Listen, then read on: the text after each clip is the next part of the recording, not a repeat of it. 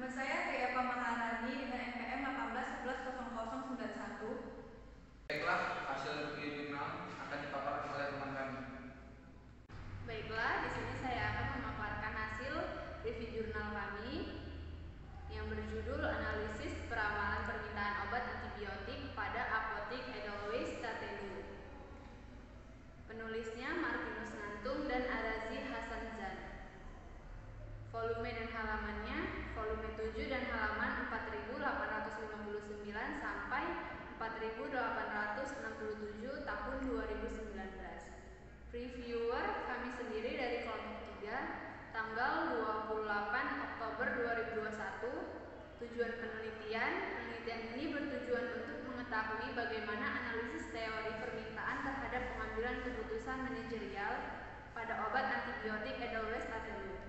Menurut Heiser dan Render, tahun 2015 halaman 47, peramalan atau forecasting mempunyai tujuan antara lain: yang pertama, sebagai mengkaji kebijakan perusahaan yang berlaku di saat ini, di masa lalu, dan juga melihat sejauh mana pengaruh di masa datang. Yang kedua, peramalan dibutuhkan karena terdapat time lag atau delay antara ketika suatu kebijakan perusahaan ditetapkan dengan ketika diimplementasikan.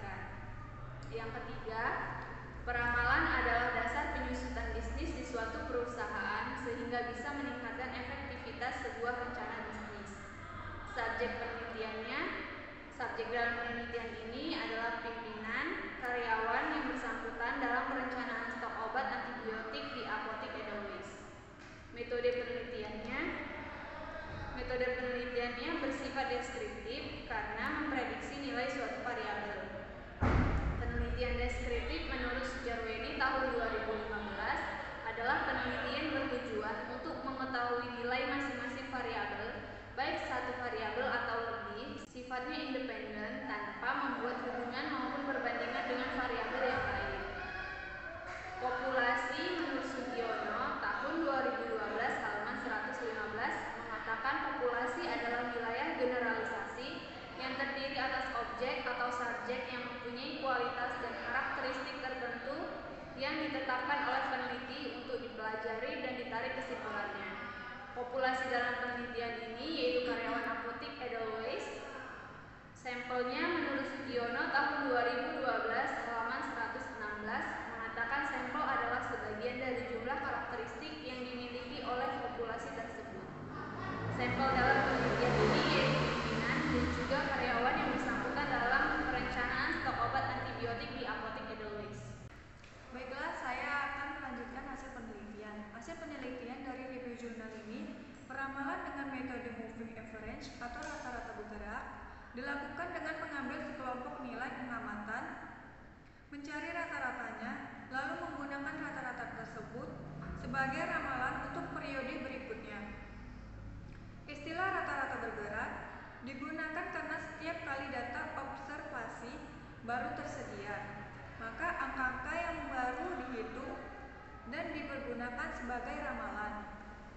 Hasil perhitungan dengan menggunakan metode moving average, yaitu yang pertama, hasil perhitungan menunjukkan bahwa peramalan pada periode berikut, yaitu pada bulan Februari 2019 adalah sebesar 3.600. Yang kedua, hasil perhitungan dengan menggunakan metode weighted moving average.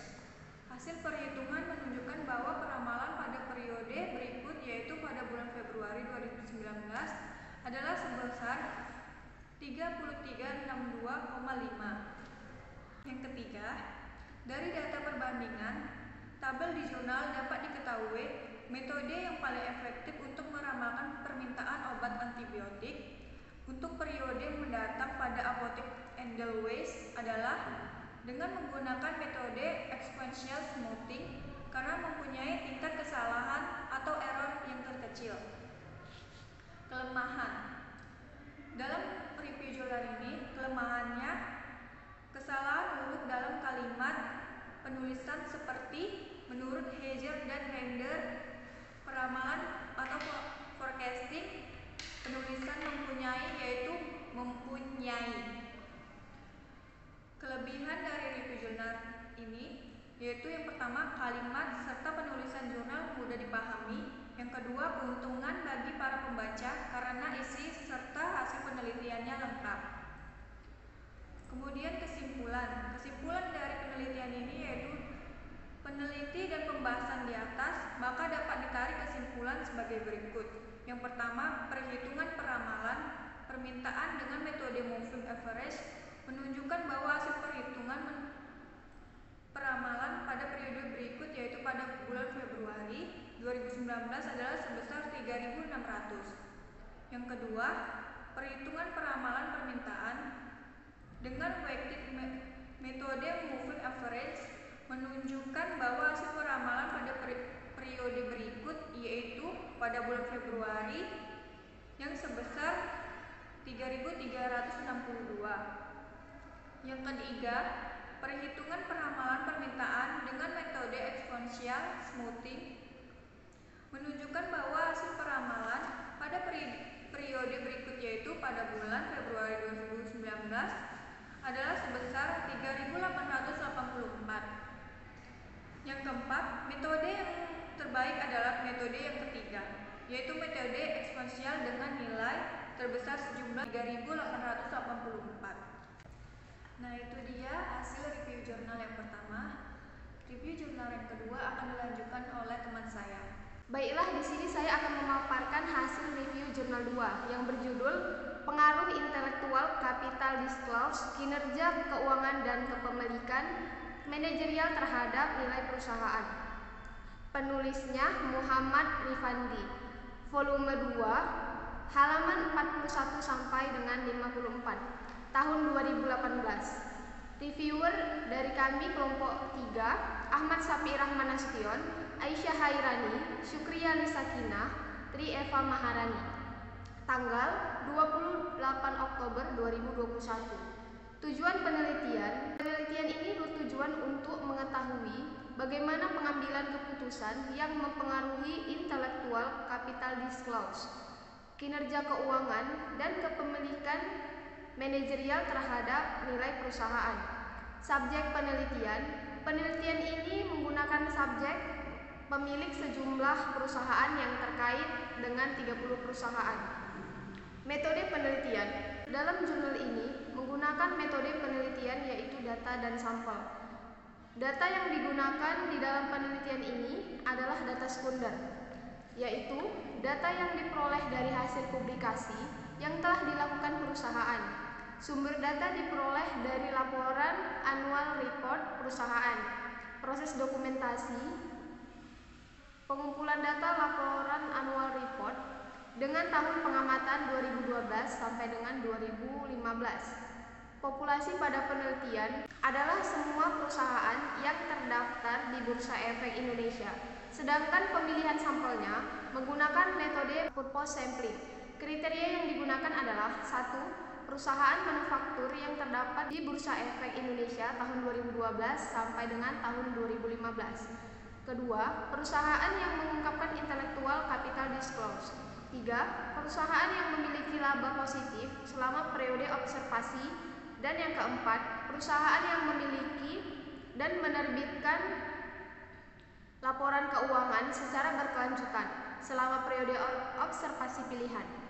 Sekian hasil pemaparan review jurnal kedua dari saya. Selanjutnya akan dilanjutkan oleh teman saya. Baiklah, saya akan melanjutkan review jurnal 2 yang dimana saya akan menjelaskan hasil penelitian dari jurnal 2.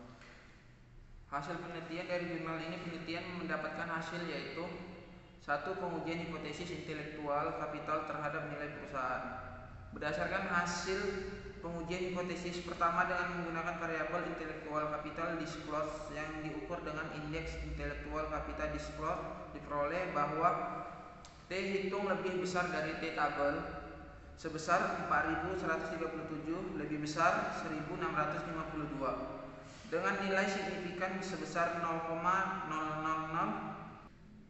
Yang kedua, pengujian hipotesis leverage terhadap nilai perusahaan pada tahapan pengujian hipotesis Kedua, dengan menggunakan variabel pengujian T statistik bahwa terhitung lebih kecil dari T tabel sebesar 0,621 lebih kecil dari negatif 1,652 dengan nilai signifikan sebesar 0,537. Yang ketiga, pengujian hipotesis profitabilitas terhadap pengungkapan nilai perusahaan pada tahapan pengujian hipotesis ketiga dalam menggunakan variabel profitabilitas yang diukur dengan return on equity. Diperoleh bahwa terhitung lebih besar dari T tabel sebesar 2348 lebih besar 1652. Diperoleh nilai signifikan dari pengujian T statistik sebesar 0,023 dengan return on aset berpengaruh positif dan signifikan terhadap nilai perusahaan.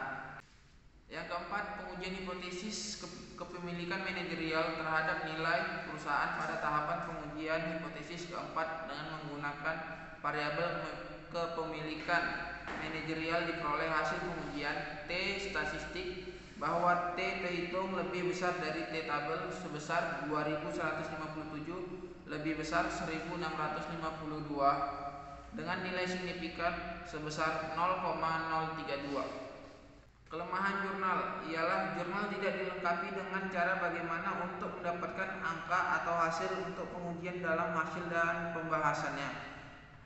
Kelebihan jurnal yaitu: 1. Bahasa yang mudah dipahami sehingga memudahkan para membaca dan reviewer untuk dipahami. Kedua, melakukan penelitian dari berbagai jenis perusahaan.